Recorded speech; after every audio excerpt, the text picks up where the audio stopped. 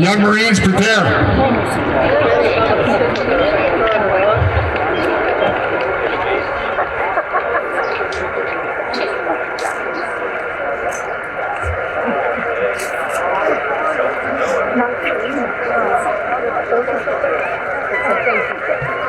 Parents of Young Marines, please.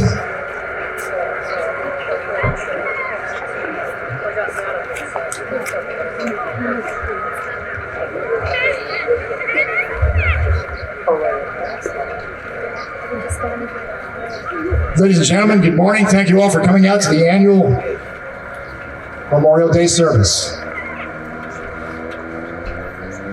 The service is co-sponsored by the City of Seal Beach, the Lions Club, and the Chamber of Commerce here in Seal Beach. I'm honored to present to you, to my right, Mayor Lisa Landau, Chief Michael Henderson. We're going to proceed with a little informal ceremony where we recognize each of the Young Marines.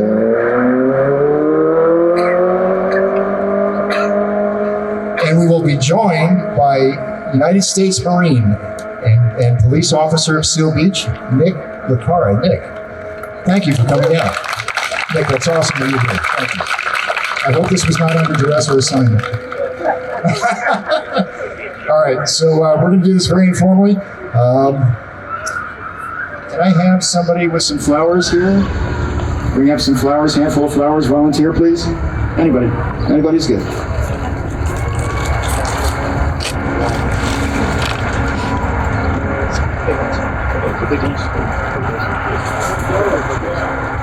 Yeah, the good ones.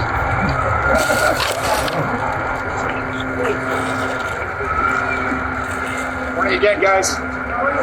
And ladies. All right, so Mom, thank you for everything you've done. Make way, make a hole. Thank you for everything you've done to raise these kids.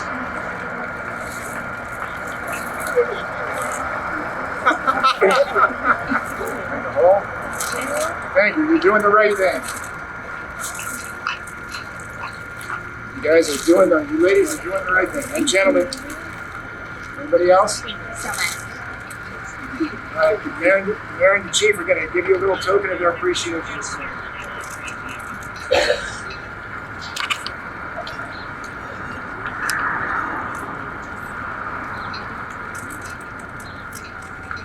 You'll find that some of these will be a little bit different. So if you don't get the right one, maybe mix it with somebody.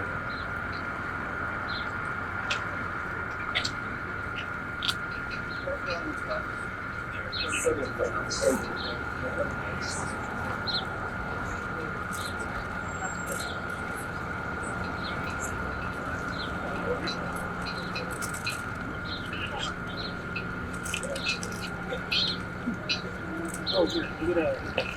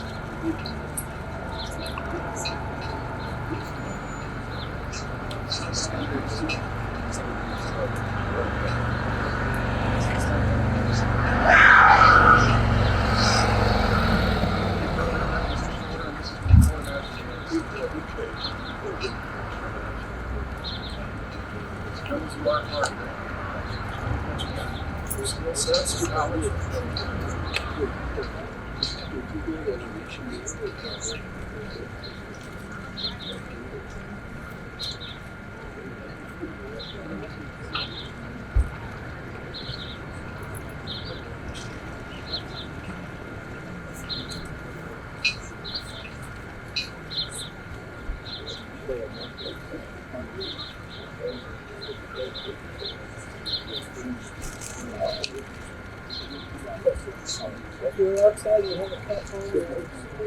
Inside, you have a cup. Yes. Everybody know the answer to this question? Besides Marines and 2000. Yeah, pregnancy, especially if you're Dignity. It's inside. Bringing dignity to chaos. Yeah.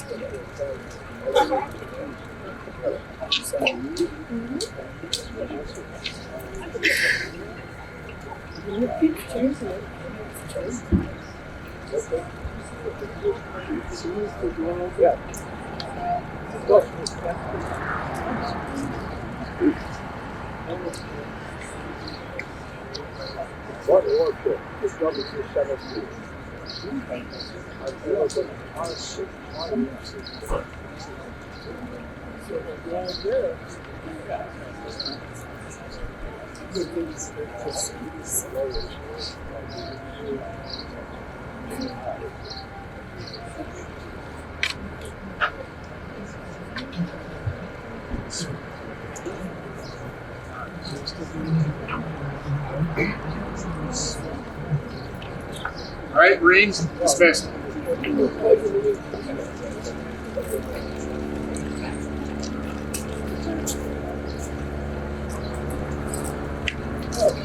We always like to take an extra special moment to recognize these kids that come out and do this, and especially the parents. The job of raising a kid these days is tough enough. Getting a kid to participate in Marine Corps ROTC at the high school level, well, that's double duty for you.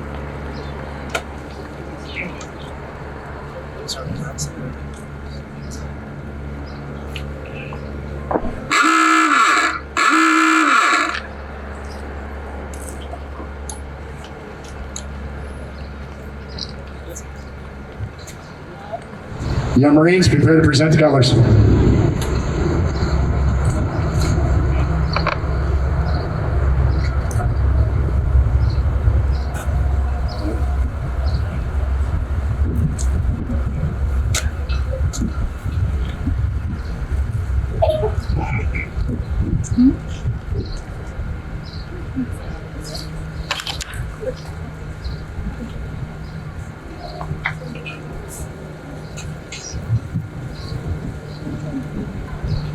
Give us just a second there, folks. I had them come out without the flags and the weapons and all that sort of thing, so it would be clean. It'd take a second for them to redress. My name is John Osborne. I've been doing this for a couple of years. I'm on the board of directors with the Lions Club here in SealBeach, which, by the way, is the largest Lions Club in the Western Hemisphere. Also on the board of directors with the Chamber of Commerce. The flowers the ladies received this morning, other flowers around, some of them, many of them are on behalf of the Lions Club and the SealBeach Chamber of Commerce. Thank you again all for being here.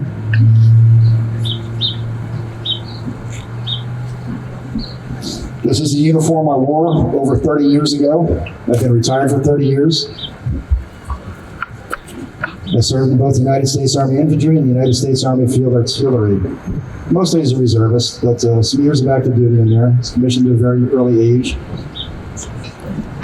Commissioned through the Officer Candidate School program at Fort Benning, Georgia. If anybody's been to Fort Benning, raise your hand. Oh yeah, Fort Benning. Benning School for Boys, right, gentlemen? Now, what you're going to see out here, folks, today is a little different than what we've done in the past, because we are joined. I'm joined this year by a co-chair, Dr. Darren Detweiler. And Darren is the base commander for the local submariners organization, of which you will see many of them out here today. So we're going to fly with a bit of a Navy tradition today, and I'm a little excited to see this because I don't have much affiliation with the Navy myself. So this is going to be a good program. Young Marines, advance and present the colors.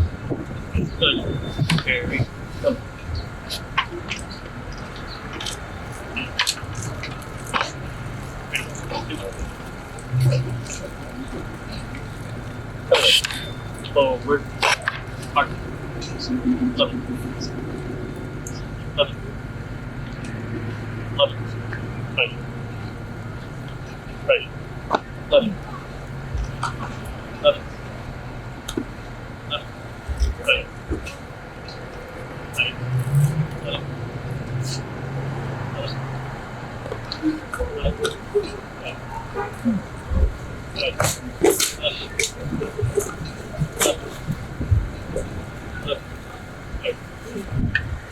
Right. Good.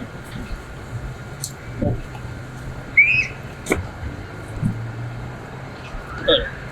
Left. Go. Right. Left. Left. Left. Right. Right.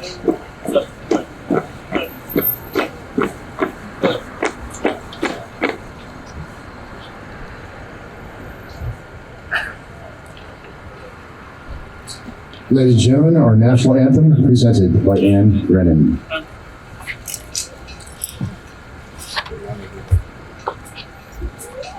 Oh, say, can you see by the dawn's early light what so proudly we hailed at the twilight's last gleaming, whose broad stripes and bright stars through the perilous fight o'er the ramparts we watched were so gallantly streaming, and the rockets red clear, the bombs bursting in air, gave proof through the night that our flag was still there.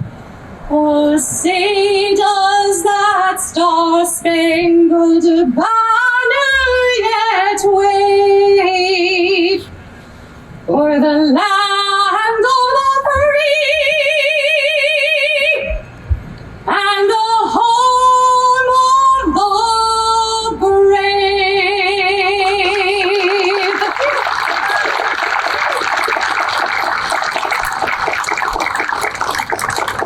Young Marines, hoist the colors.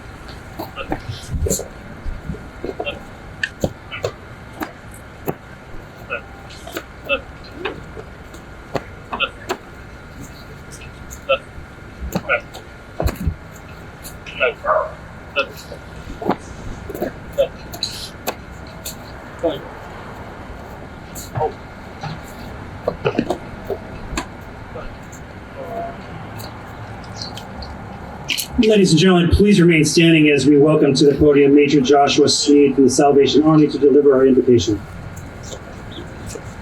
A few brief words, some reflecting my own faith tradition with an invitation for us all to acknowledge our shared faith and hope in something greater than ourselves.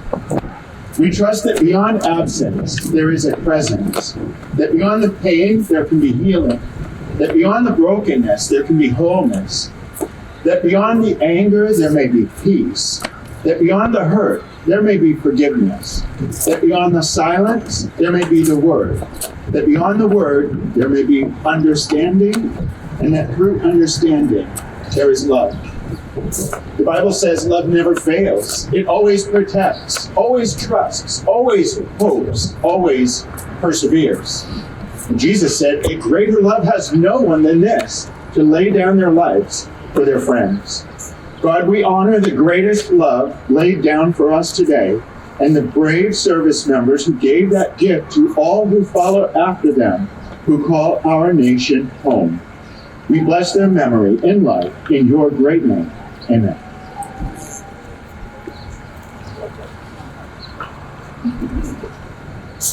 Friends and family, veterans, I'm going to deviate from our program for a minute. First off, I'd like to welcome all active duty military. Let's give them a round of applause.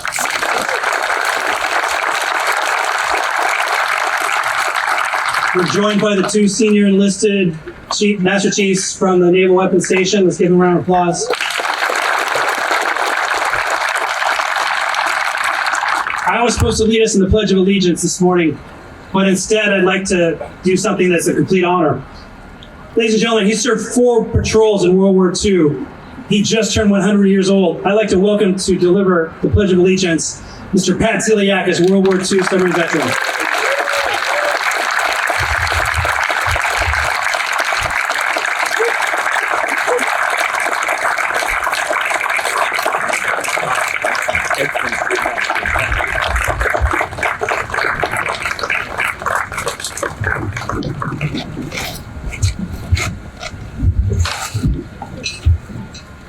I pledge allegiance to the flag of the United States of America and to the republic for which it stands, one nation, under God, with liberty and freedom for all.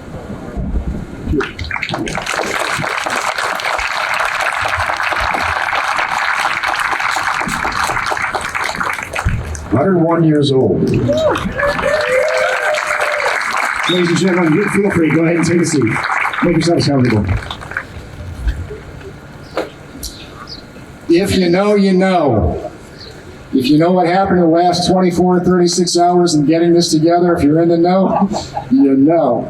And I want to extend a personal thank you to the people that rallied around and supported this mission this morning. There were still a few things coming together quite early this morning.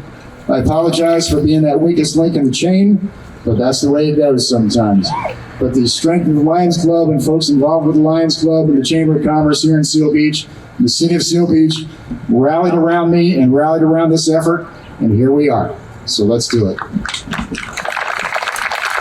I'd like to recognize a few of our VIPs and dignitaries this morning. We have Mayor Lisa Landau. I'm going to have to go through this because I can't see him. We have a couple late arrivals. Do I see Councilman Ben Wong? Do I see Councilman Patty Senegal? Do I see Councilman Nathan Steele? Do I see Councilman Joe Calmet? 505, it's a big hit. And the big surprise of the day, because we thought he was going to be activated for the Garden Grove incident, Chief Michael Henderson. Mike, thanks for always being here. And I want to make a special mention. I told him I would do this morning. His wife is not here with him this morning. Ordinarily, she is everywhere with him, and we were going to present her with some flowers this morning. But here's to Sherry Henderson. Always being at your side, Mike. Always being at your side.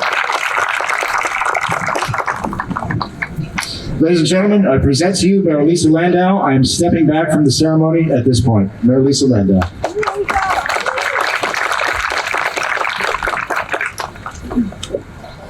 Good morning, everyone. Welcome. First, I'd like to start off with acknowledging what is happening in Garden Grove. Our thoughts and prayers are with the residents impacted by the Garden Grove chemical tank emergency. This is a one-of-a-kind event, unlike any other in Orange County. We are deeply grateful for the extraordinary way multiple agencies came together so quickly to immediately assess the situation and deploy a coordinated plan to protect lives and property. I'd like to thank Supervisor Janet Nguyen for her hard work and also coordinating the shelters.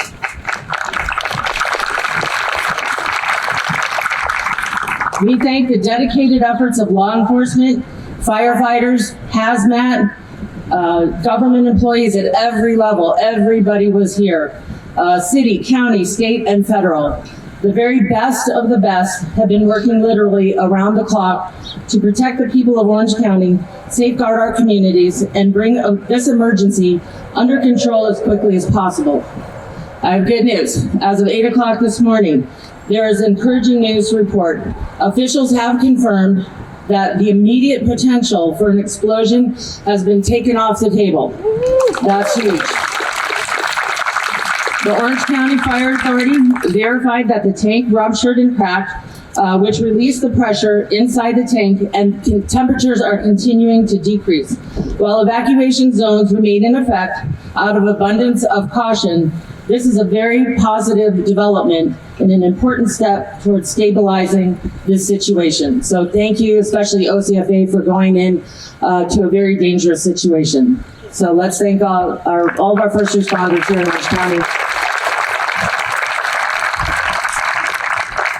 On behalf of the Lions Club, the City of SealBeach, and the United States Submarine Veterans Los Angeles Pasadena base located at the Naval Weapons Station SealBeach, thank you for joining us today at Eisenhower Park as we gather to honor the brave men and women who made the ultimate sacrifice in service to our nation. Today's ceremony is especially meaningful because it brings together traditions that are normally held separately. Due to current security concerns and restricted public access to the Naval Weapons Station, we are honored to stand together with our submarine veterans as one community, united in remembrance, gratitude, and patriotism. Memorial Day is not simply the start of a summer or a long weekend. It is a solemn day of reflection, a day to remember the fallen, the heroes who never returned home to their families, and whose courage and sacrifice secured the freedoms we enjoy every single day. To the Gold Star families here today, thank you. Your loved ones are not forgotten. Their legacy lives on in every American who cherishes freedom. To our veterans, thank you for your courage, your sacrifice, and your continued example of service. In SealBeach, we take great pride in being a community that honors service and remembers those who came before us. Whether it is our veterans, active duty military, police officers, firefighters, lifeguards, or volunteers, this city understands the importance of commitment to others. We honor them not only through ceremonies like this, but how we live our lives, by caring for one another, strengthening community, participating in civic life, and ensuring future generations understand the value of freedom and service. We are also deeply proud of our military community and especially grateful for the men and women connected to the Naval Weapons Station and our submarine veterans, whose service has helped protect our nation, both at home and abroad, often quietly and without recognition. We are blessed to have many extraordinary veterans in SealBeach, but today I would personally like to acknowledge two veterans we lost who made a profound impact on myself and my son Cody, on our lives. U.S. Army Captain and SealBeach Lion Thomas Bell, and Lieutenant Colonel U.S. Army 5th Special Forces Group and SealBeach Planning Commissioner Richard Coles. Both men lived lives defined by courage, resilience, adventure, and unwavering dedication to their families, their country, and to our community. Their absence leaves a tremendous void in our hearts, but we take comfort in knowing their legacy lives on through the countless lives they have touched. In a time when the world can often feel uncertain, gatherings like this remind us of what unites us as Americans: honor, service, sacrifice, and love for our country. As we begin today's ceremony, let us do with grateful hearts, reverence for those we have lost, and a renewed commitment to never forget the true price of freedom. Thank you. God bless our fallen heroes, and God bless the United States of America.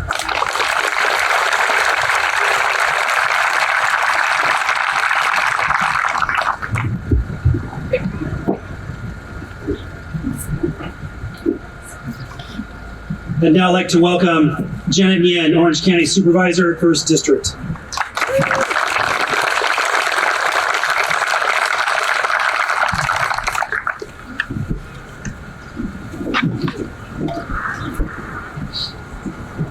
Good afternoon.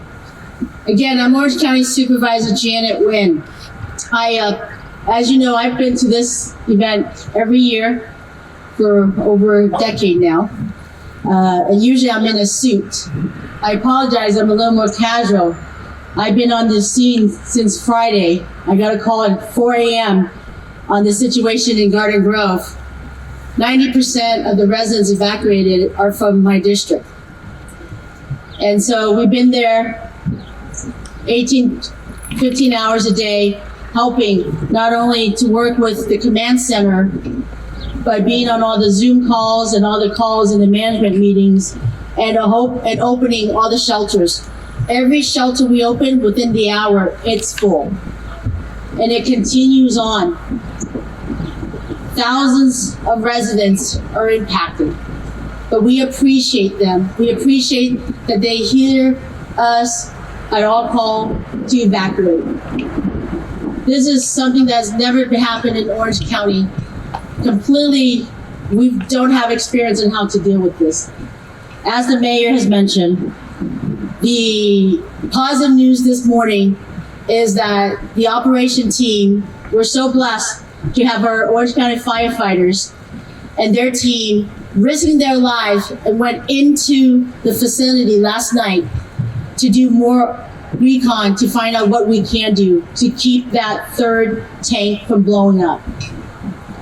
They went in at their risk and was able to not only see that they're confirmed there's a crack that has relieved some pressure off the tank, and have been able to also peel off the layers, insulation, and now the temperature is going down. As of last night, the temperature is 93 degrees. The temperature needs to be at 50 degrees. That temperature, the temperature gauge inside that tank has surpassed 100 degrees. And that could be very devastating in the city surrounding. And so the positive news is that we know and has confirmed that the temperature has gone down. Management team from the state, the federal, the county, and the cities are in conversation to know what's the next step. This is not going to just end right away. We still have to monitor it. I'm also on the governing board of the South Coast Air Quality Management Team, and they've been on site with EPA monitoring the air quality, not just within the vicinity, but within the neighborhood as well. And we're going to have to continue to do that from now to many, many months on, because we need to know how we can get these residents back to their normal life, but also our number one goal has been is to making sure they're safe. The second news this morning, I wrote a letter to President Trump this weekend asking him to declare a federal emergency declaration. He heard our call and signed it and approved it this morning.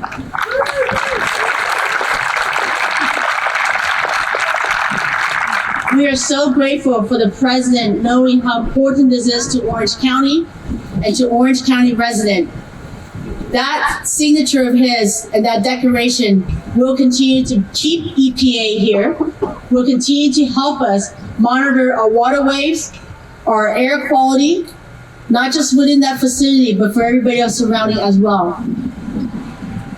But to continue, and then to bring in more resources that we will need, and to also help financially for the county and its residents as well. And so we thank the president for stepping in swiftly and making that happen.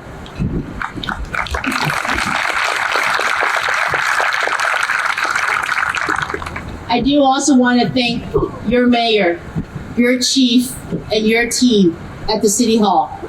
They have been at the forefront and being a great neighboring city, offering what can we do, how can we help. They're on those calls with us as well. The mayor was at the command center yesterday, offering what can we do, how can we help. It's so humbling to see how our community has come together to support each other. And so we are so grateful to have such great cities and partners surrounding us and in Orange County who steps up and offers to help whatever we need. And so please give them a big round of applause.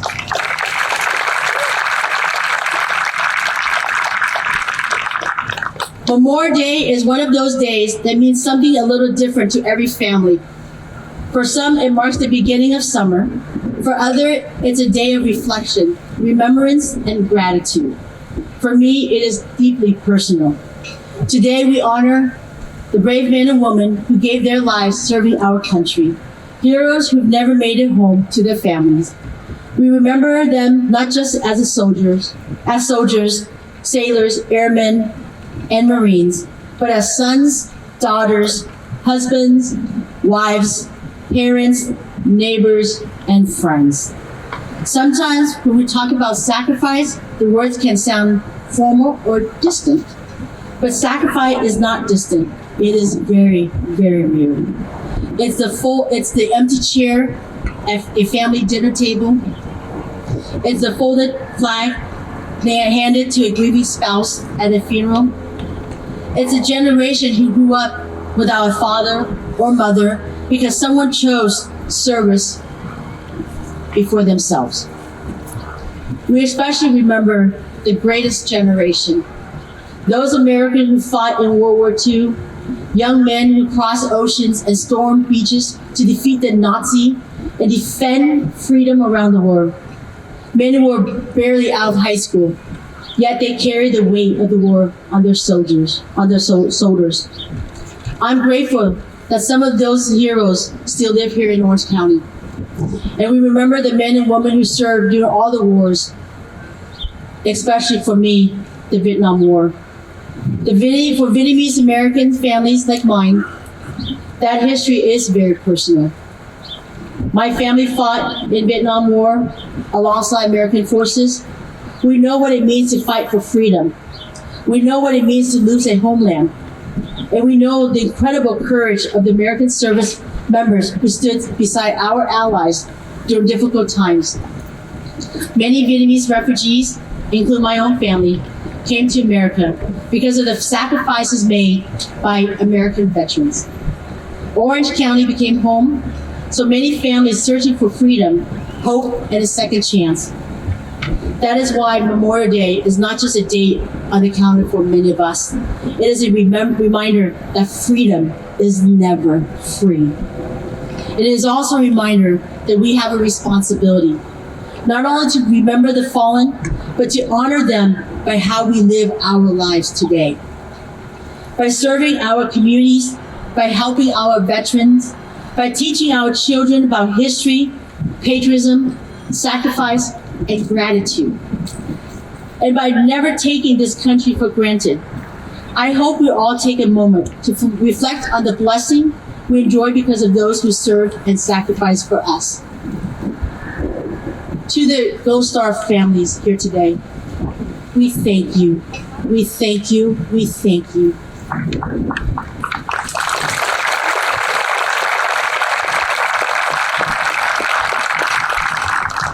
To our veterans, we honor you. And to the heroes we lost, we will never forget. May God bless our military families, may God bless our veterans, and may God bless the United States of America.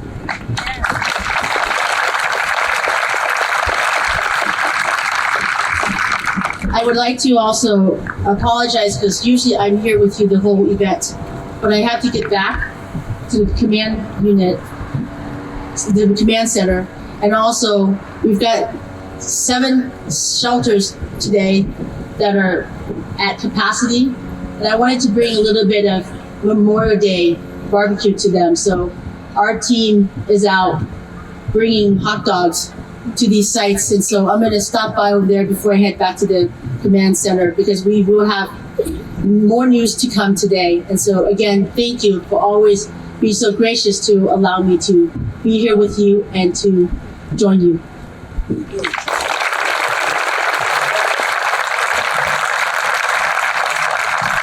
Thank you, Orange County Supervisor Janet Yin. I'm proud to bring back to the podium Ann Grennan singing America the Beautiful.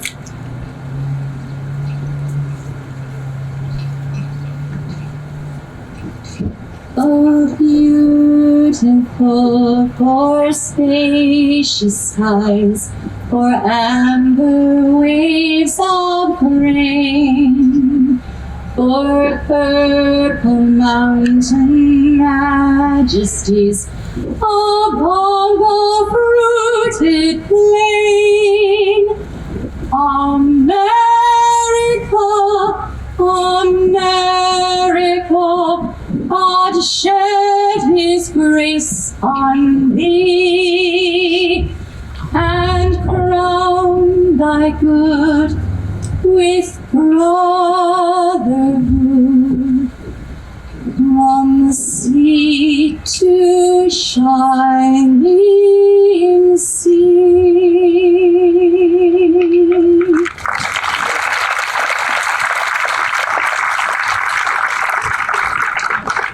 Thank you. Is Dr. Bean here? Or Michael Protak?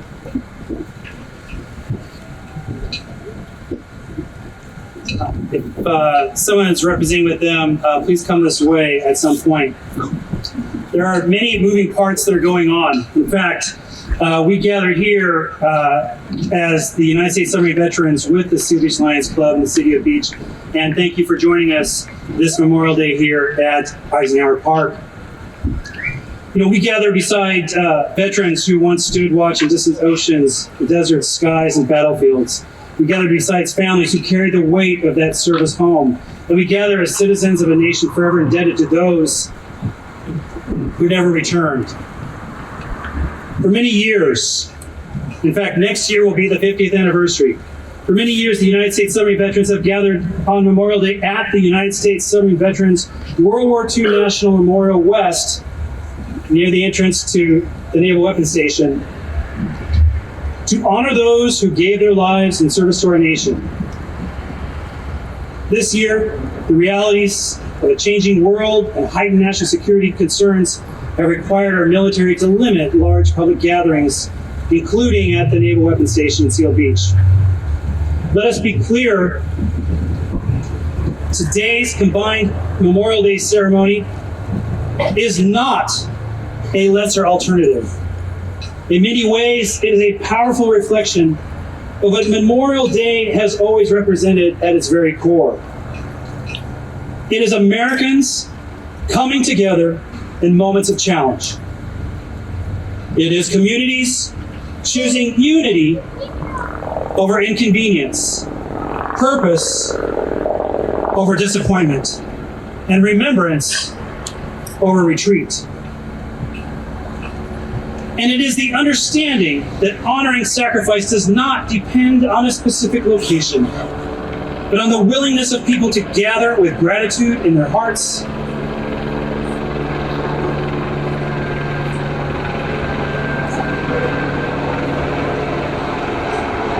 and commitment in their actions.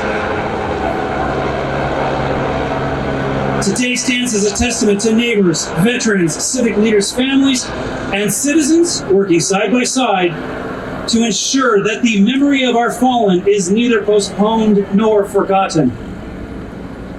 That spirit of shared responsibility and shared remembrance is itself part of the legacy left to us by those we honor today. Memorial Day did not begin with speeches or ceremonies, but with simple acts of love and remembrance. Throughout our nation's history, families gathered quietly at grave sites. They placed flowers into the earth. They spoke names aloud. They honored lives interrupted by war and futures surrendered in service to others. Over time, those small and personal acts became a national tradition, but the meaning has never changed. Memorial Day remains a sacred reminder that freedom is not inherited without cost. It is secured by Americans who accepted burdens many of us will never fully comprehend. Some sailed beneath the sea in silence. Some crossed beaches under fire. Some flew into danger, knowing they might never come home. Some stood watch in places far from public recognition or historical headlines. Yet each shared the same willingness to place the nation, this nation, before self. And behind every name etched into memorials across this country stands a family who carried the loss forward. A mother, a father, a spouse, a child, a friend. Their sacrifices did not end on the battlefield. It continues still. But Memorial Day is not simply an event, it is stewardship of memory.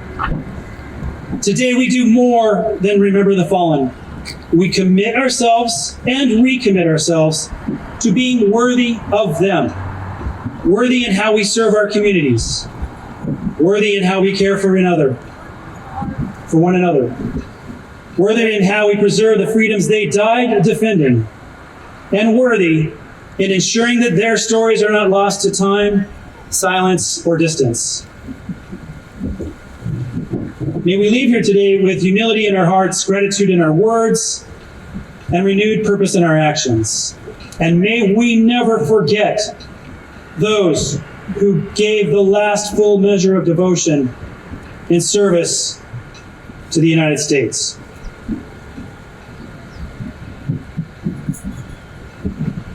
Please join me in welcoming back Ann Grennan with God Bless America.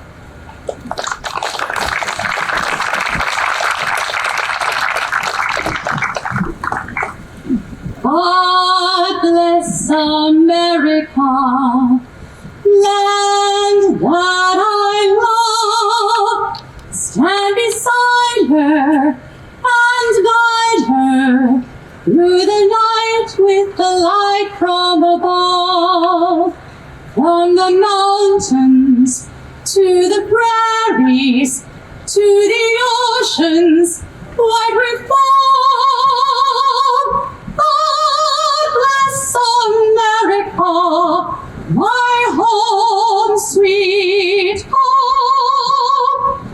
God bless America, my home, sweet home.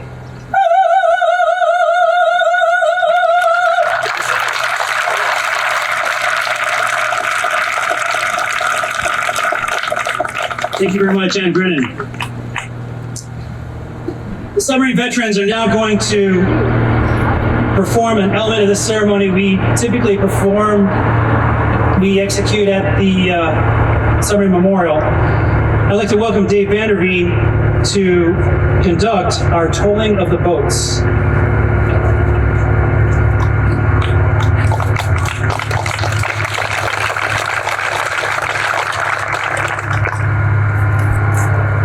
Good morning. Before we start, just a quick note about Pat Ziliakis. You heard that he was born in 1926, 100 years ago. Folks could buy a brand new Model T in those days. At the early part of World War II, Pat's family immigrated to the United States from Finland. He spoke English well, but his accent was a little strong. And he felt so strongly about the effort against Germany, Japan, and Italy that he wanted to enlist in the United States military. His choice was the Navy. Because he was concerned, though, about how they would react to his, quote, foreign accent, he told the recruiter that he was from West Virginia. It fit. Our next part of the ceremony is a little solemn. You don't have to remove your hats, especially in our California sun, but please do silence your cell phones.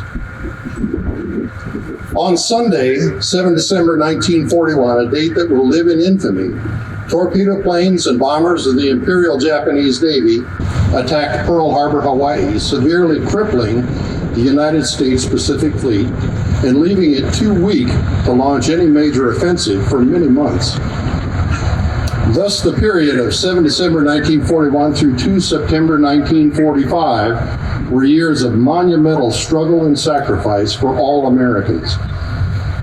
During this period, a small segment of the United States Navy, relatively new to combat and small in number of ships and personnel, performed its assigned duties and greatly contributed to the overall efforts, which resulted in victory over the Axis powers.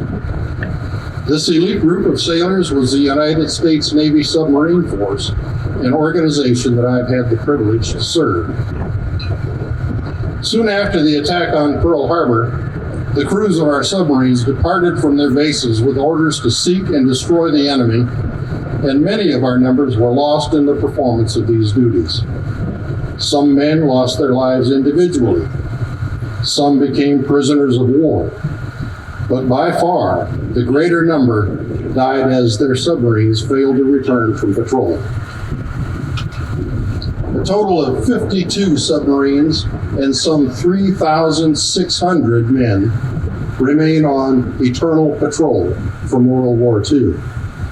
Although the submarine force consisted of less than 2% of the Navy, both in personnel and ships, they accounted for the sinking of over 5 million tons of Japanese shipping and over 750,000 tons of enemy warships, more than 55% of all the ships lost by Japan in the war.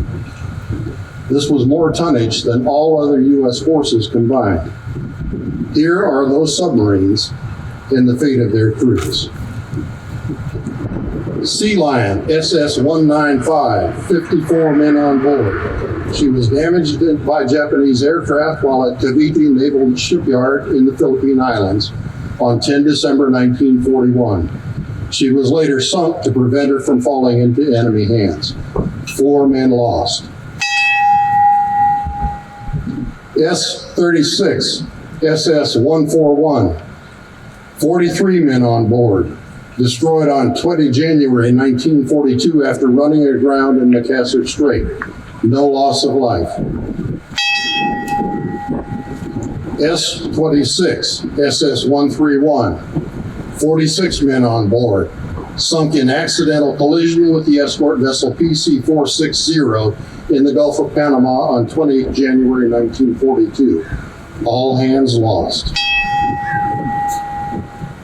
Shark, SS-174, 58 men on board, sunk by Japanese surface craft while defending the Dutch East Indies on 11 February 1942. All hands lost. Perch, SS-176, 59 men on board, scuttled on 3 March 1942 after heavy depth charging between Java and Borneo. All hands taken as prisoners of war. 6 men died in camp. S-27, SS-132, 44 men on board. Ran aground off the Aleutian Island chain on 19 June 1942. No loss of life.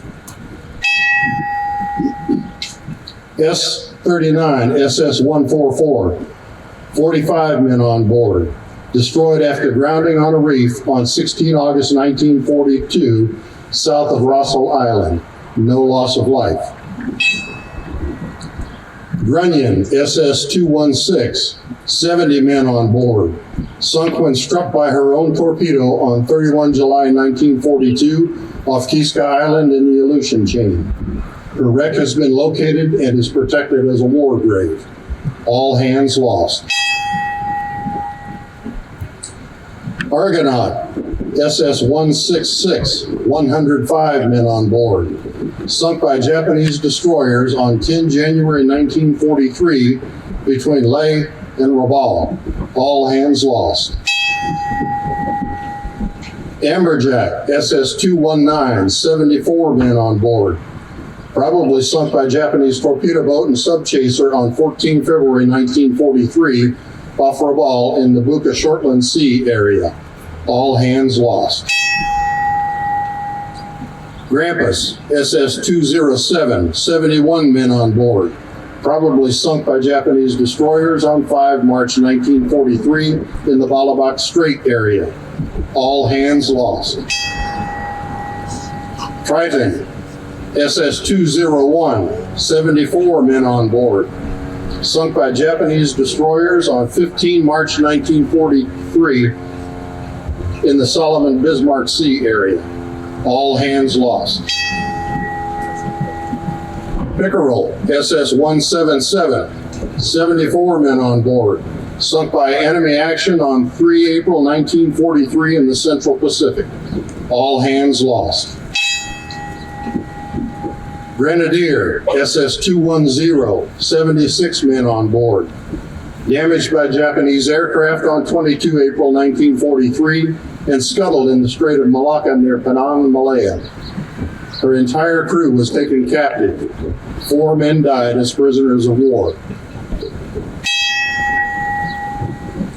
Runner, SS-275, 78 men on board. Sunk by unknown cause on 28 May 1943 off the northern tip of Honshu, Japan. All hands lost. R-12, SS-89, 42 men on board. Foundered off Key West, Florida on 12 June 1943 in a training exercise. 40 hands lost, 2 survivors. Pompano, SS-181, 76 men on board. Probably sunk by enemy mine or combined air-surface ship attack on 29 August 1943 off the northern coast of Honshu, Japan. All hands lost. Grayling, SS-209, 76 men on board. Probably rammed and sunk on 9 September 1943 by Japanese transport vessel Hokuan Maru in the South China Sea, west of Luzon Island. All hands lost.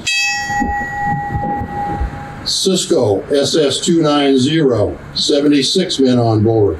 Sunk by Japanese reconnaissance seaplane and the gunboat Karatsu on 28 September 1943 in the Sulu Sea off Panay Island.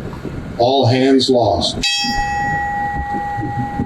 S-44, SS-155, 57 men on board. Sunk by Japanese destroyer Ishigaki on 7 October 1943 between the Aleutian Islands and Kurile Island chain. 54 men lost. 1 died as a prisoner of war. 2 survived POW camp. Dorado, SS-248, 76 men on board. Presumed sunk in error by U.S. aircraft in the South Atlantic en route to Panama on 13 October 1943. All hands lost.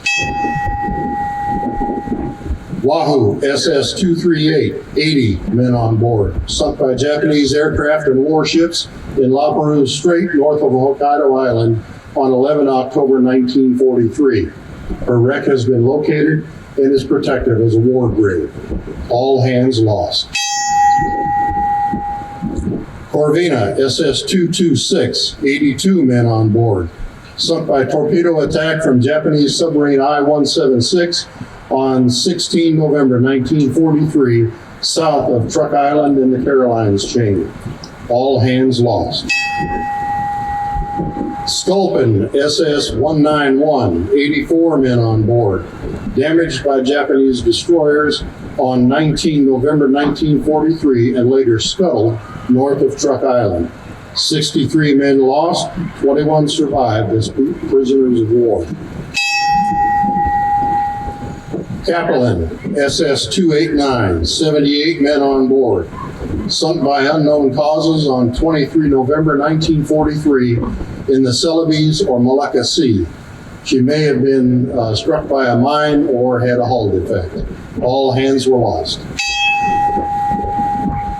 Scorpion, SS-278, 76 men on board. Sunk by a mine on 5 January 1944 off the coast of China in the Yellow Sea. All hands lost. Grayback, SS-208, 80 men on board. Sunk by Japanese aircraft on 28 February 1944 near the Ryukyu Island chain south of Okinawa. The wreck has been located and is protected as a war grave. All hands lost. Trout, SS-202, 81 men on board. Sunk by Japanese warships on 28 February 1944 off the southeast coast of Formosa. All hands lost. Tullaby, SS-284, 84 men on board. Sunk when her own torpedo malfunctioned, made a circular run and struck her hull north of Palau Island on 26 March 1944. 1 survivor was taken as a prisoner of war. 83 men were lost. Gudgeon, SS-211, 78 men on board. Sunk by enemy depth charging and or bombing on 7 June 1944 off Formosa. All hands lost. Herring, SS-233, 77 men on board. Sunk by Japanese shore battery on 1 June 1944 off Matsuo Island. All hands lost. Golay, SS-361, 82 men on board. Sunk by anti-submarine attack on 14 June 1944 off the northern tip of Honshu. All hands lost. S-28, SS-133, 50 men on board. Foundered on 4 July 1944 in a training exercise off Pearl Harbor, Hawaii in over 8,400 feet of water. All hands lost. Robalo, SS-273, 84 men on board. Probably sunk by a mine on 26 July 1944 off the west coast of Palawan Island. 81 men lost, 3 prisoners of war lost on a Japanese destroyer that was sunk later by a submarine. Flyer, SS-250, 80 men on board. Sunk by enemy mine on 13 August 1944 while transiting the Balabac Strait off the west coast of Palawan Island. 72 men lost, 8 survivors. Harder, SS-257, 79 men on board. Sunk by enemy depth charge on 24 August 1944 off the west coast of Luzon Island in the Philippines. The wreck has been located and is protected as a war grave. All hands lost. Seawolf, SS-197, 99 men on board. Accidentally sunk by the USS Raul, a destroyer escort, on 3 October 1944. The Raul mistook Seawolf for an enemy submarine that had just sunk a U.S. destroyer in the Yellow Sea off Morotai Island. All hands lost, including 17 Army personnel. Darter, SS-227, 71 men on board. She ran aground on the Bombay Shoals on 24 October 1944, then was destroyed by her crew. Her entire crew was rescued by the submarine Dace. No loss of life. Shark 2, SS-314, 87 men on board. Sunk by enemy depth charge attack on 25 October 1944 off the southern coast of Formosa. She was the second submarine to bear that name during World War II. All hands lost. Tang, SS-306, 88 men on board.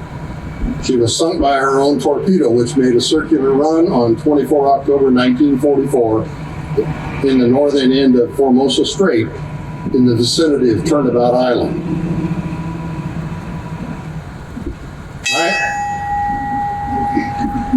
9 men survived prisoner of war camp, including Commander Richard the King, who was awarded the Medal of Honor for Tang's 4th and 5th war patrols.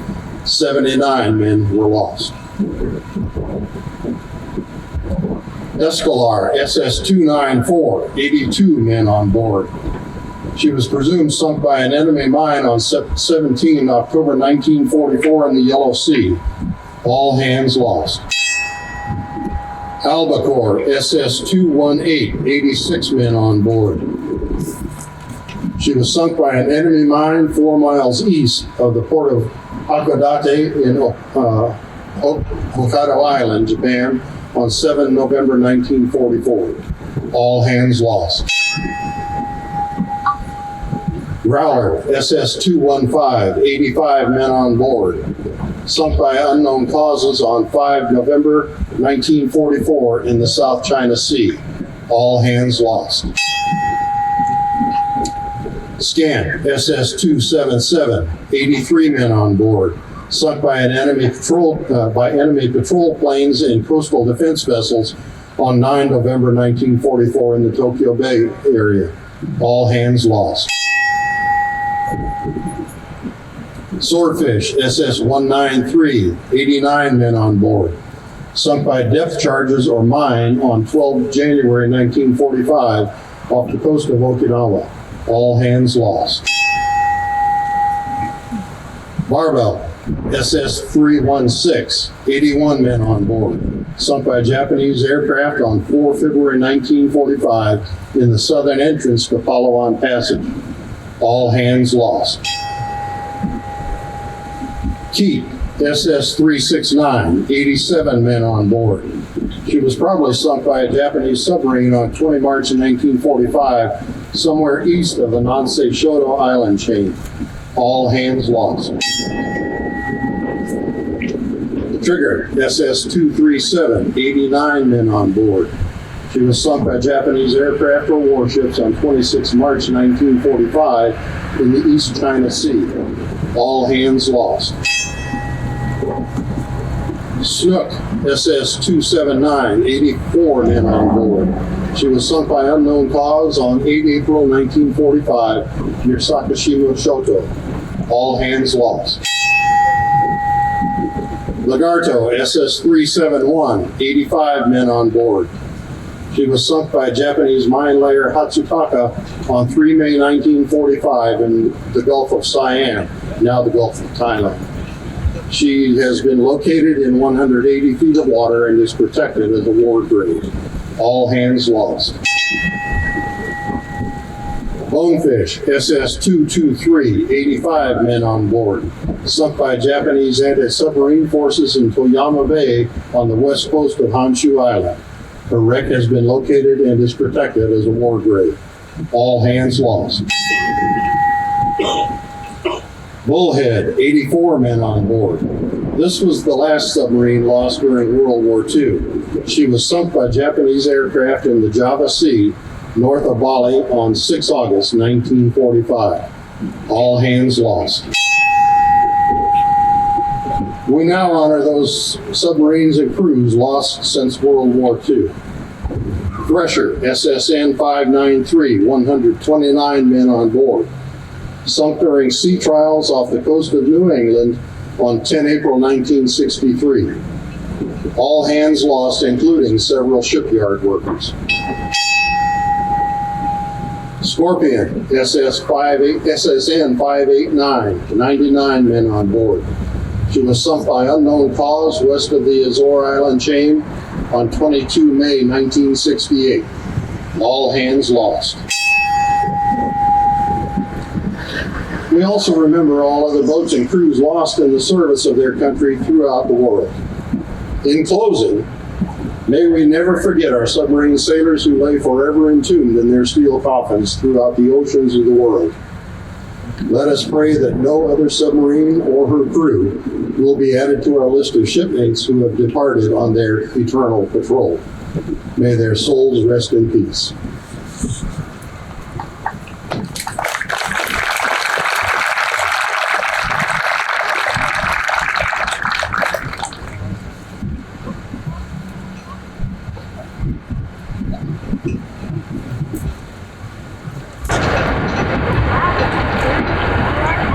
Earlier, I mentioned how large public events are not allowed on the Navy base at this time, but we have received assurances that if you wish to visit the memorial, which is outside the Navy perimeter, if you go BCH to SealBeach Boulevard, go as if you're going into the gate. Do not go through the gate, go to the left. People on their own are able to visit the memorial and to see the memorial encasement that is there for every one of the submarines that were listed here this afternoon.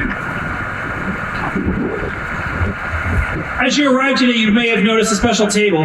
It is reserved to honor service members who, in service of our nation, remain on eternal patrol. Set for one, the empty chair represents an American service member who, because of their bravery, is physically unable to attend this event with us today. Americans should never forget the brave service members who answered our nation's call and served the cause of freedom in a special way, in a permanent way. Let me briefly explain the meaning of this table, and then please join me for a moment of silent prayer. The table is to show our everlasting concern. The cloth is white, symbolizing the purity of their motives when answering the call to serve. A single red rose reminds us of the lives of these Americans and their loved ones and their friends who keep the faith while remembering their sacrifices. The yellow ribbon symbolizes our continued hope for peace and for a safe return for those who now serve. A slice of lemon reminds us of their bitter fate. A pinch of salt symbolizes the tears of our lost service members and their families who hold them in their hearts. The candle reflects hope for our nation's future and that those lives lost were not in vain. The Bible represents the strength gained through faith to sustain us and those lost from our country, founded as one nation under God. The glass is inverted to symbolize their inability to share a toast. The chair is empty. That service member is not with us. Please join me in a moment of silence.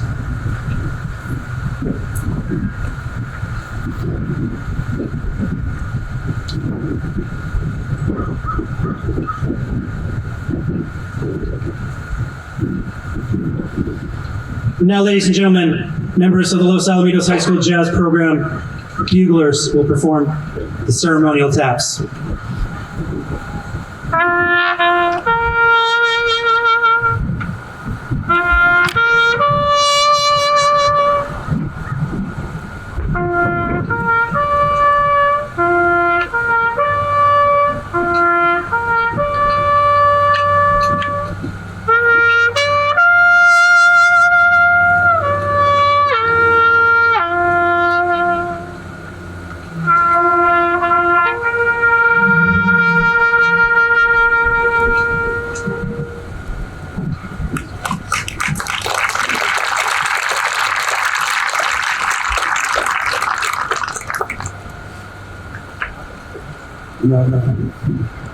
Yes. Ladies and gentlemen, Miss Chrissy Orcholski on bagpipes.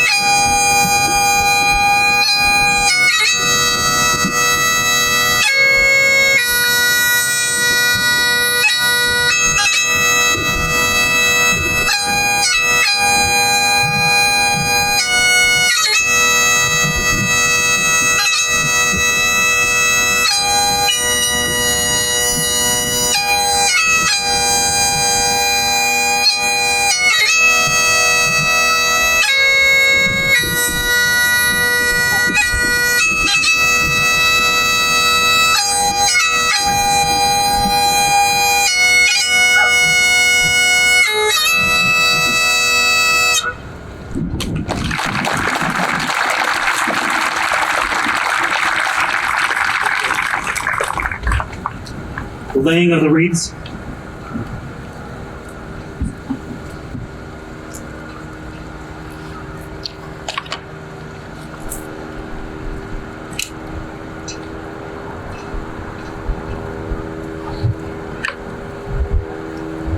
will now be joined in benediction by Major Josh Sneed of the Salvation Army.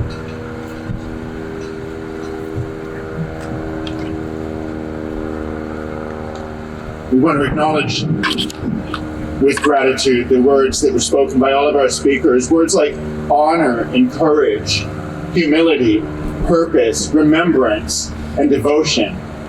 And the two words that unite all of this together, this very day, words of gratitude and words of hope. Now words of promise that God gave to his people, and he said, speak these to other people in perpetuity. The Lord will bless you and watch over you. The Lord will smile on you and be kind to you. The Lord will look on you with favor and give you peace. May it be so. Amen.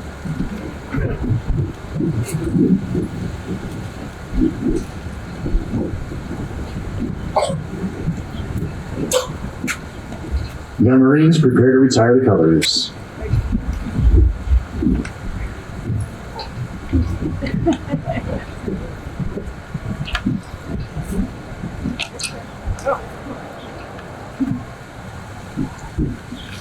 Ladies and gentlemen, once again, we are very happy and very pleased that the Southeast County Young Marines were here to join us this morning. And thank you again to the parents of these young kids.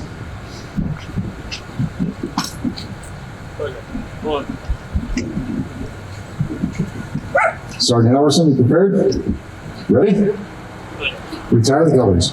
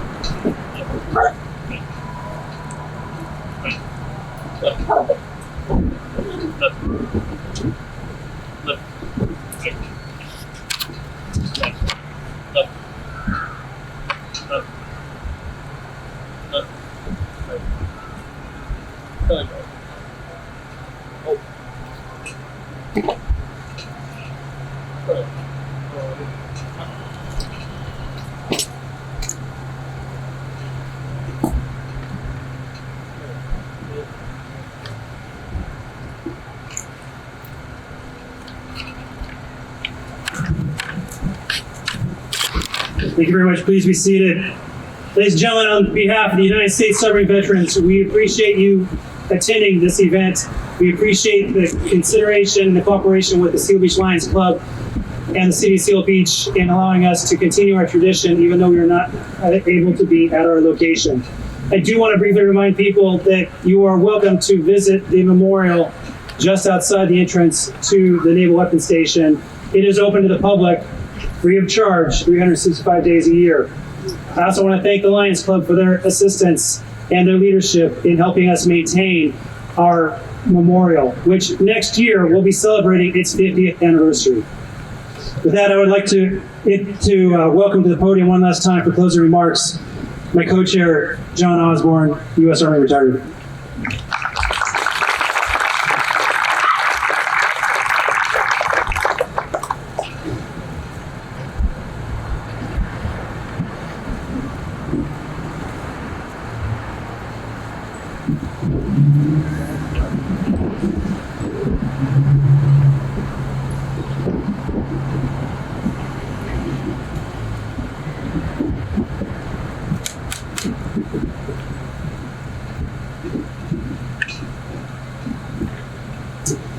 I'm reminded of those close to me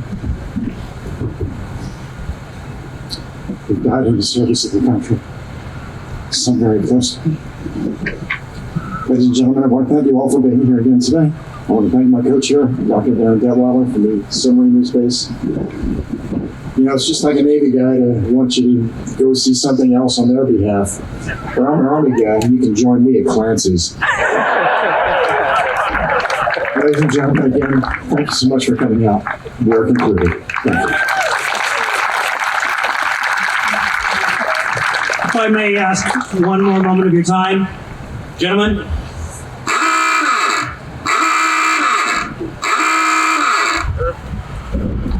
Dismissed.